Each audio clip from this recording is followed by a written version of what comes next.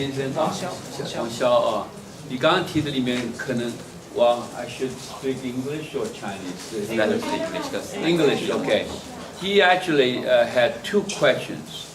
One is about these small and medium and this loan, the scarcity of loan situation in China. It is very, very, very serious indeed. But that's the one question. The other one is a different question. Are all the people here wasting times? The first question first, okay. China had David talk about the inflation, okay, talk about inflation. And China one thing is a very efficient government in their term execution. So in order to fight inflation, the kind of problem that his wife has to give a 20% increase in salary to the maid 6 months after they gave them the first raise. The reason is, as you people know, that about a year ago, last year, actually I'm sorry, probably this year, the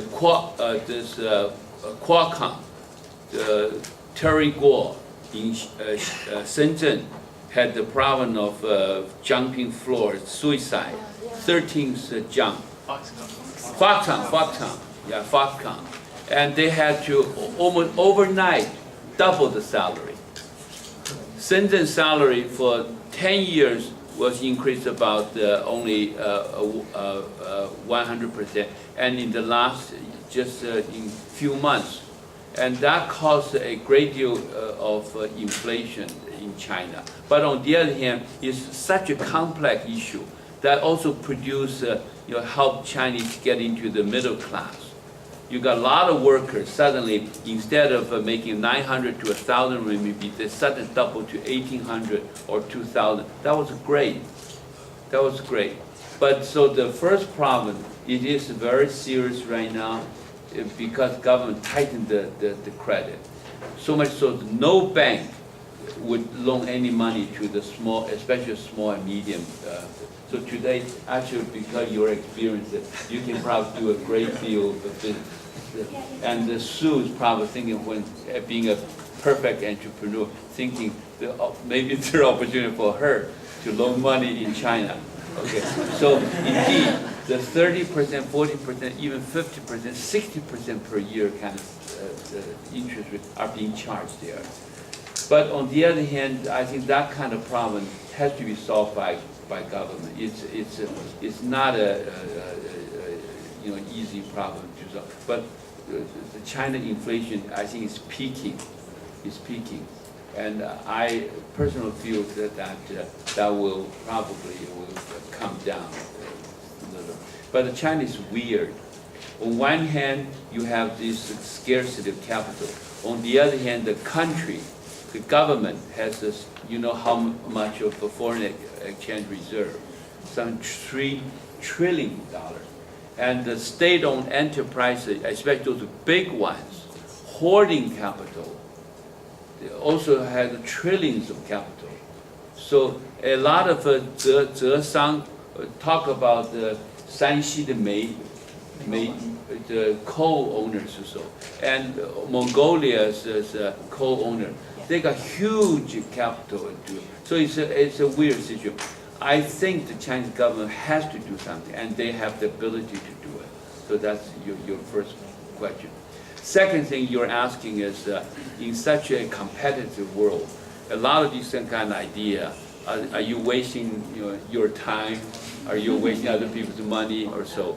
And especially like David, ABC, and we're not locals and all that.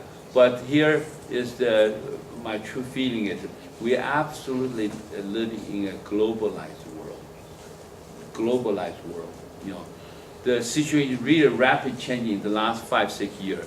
First, 5 years ago, as recently as 5 years ago, most venture capital private equity in China are foreign money. Only 5 years ago. And they couldn't find deals. Because any deal need the Fagaiwei, the prison, they don't approve them. So.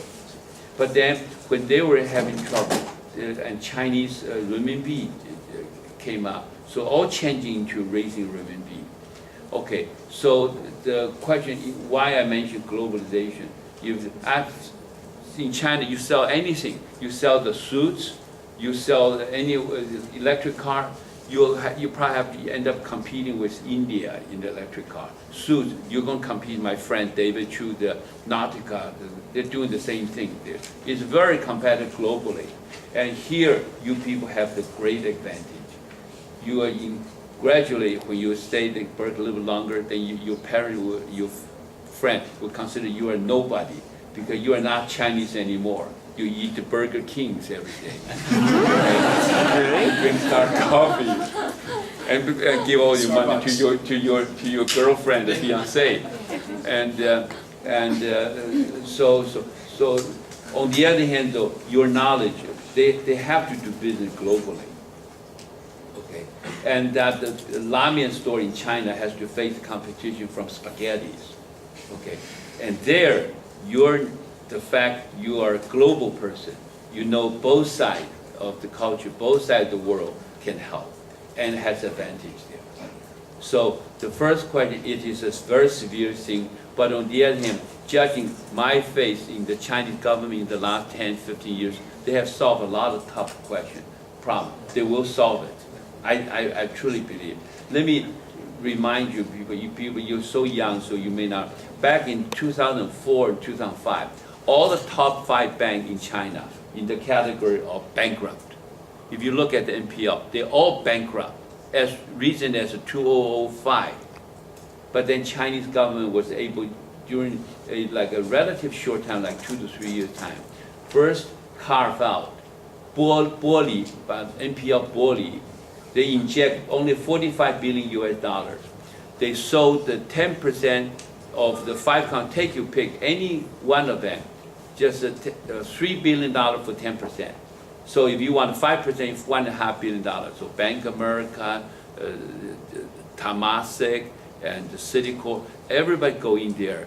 But when they buy 10%, 5%, they also bring their expert. They help them. And then in 2005, 2006, you remember, during the Hong Kong's very good opportunity, they all went public. Now, if you look at the world top 50 banks, the top 10 banks, all the 5 Chinese banks are in the top 10. Ridiculous, and they did it in a matter of 6 years. Even as reading, many people are just walking, making from Hunan, from Sichuan, Chongqing. 5 years ago, when I was giving talk in China, everybody asked, what are the challenges? One of the important, everybody agreed in China, is the disparity between the coastal, including Wenzhou, great prosperity, and the inland. That time, 5 years ago, the Chongqing, Changsha were all considered the behind laggards. Nobody asks that question anymore today. Chongqing is a big city, Chengdu is a big city, Changsha all booming, and the second tier are all booming there. So I'm trying to say that the communist system, I'm not talking ideology, but purely talking about the execution part, the way they can build the airport in 2 years, new airport. When they come to United, look at some of the airports, that's your airport. They go to Taiwan, they think, wow, these are junks, what they have. And they can do things so fast. I think they can get the inflation under control. They have that power. On the other hand, the Chinese really need is a good original innovation rather than just copy, because copy is very, very difficult to make money in the end. Okay, and the last one, I think when you people, great, I really feel, I want to talk to you about helping you financially, maybe also sponsor something for your, I'm touched. Being alumni, okay, find a way you and I negotiated the same thing. I'll help out financially with your program. I'm okay. You're okay. No, you never say. You never say no. You never say okay. You always say get money while you can. But, Thank you. yeah.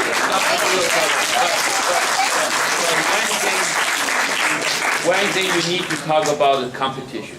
in your plan, in your endeavor, always look for competition. If you think you're a smart Berkeley student, there's very smarter Stanford student, there's smarter Harvard student, there's smarter MIT student, all there. You always have to look at the competition. But yes. 我再补充最后一个问题。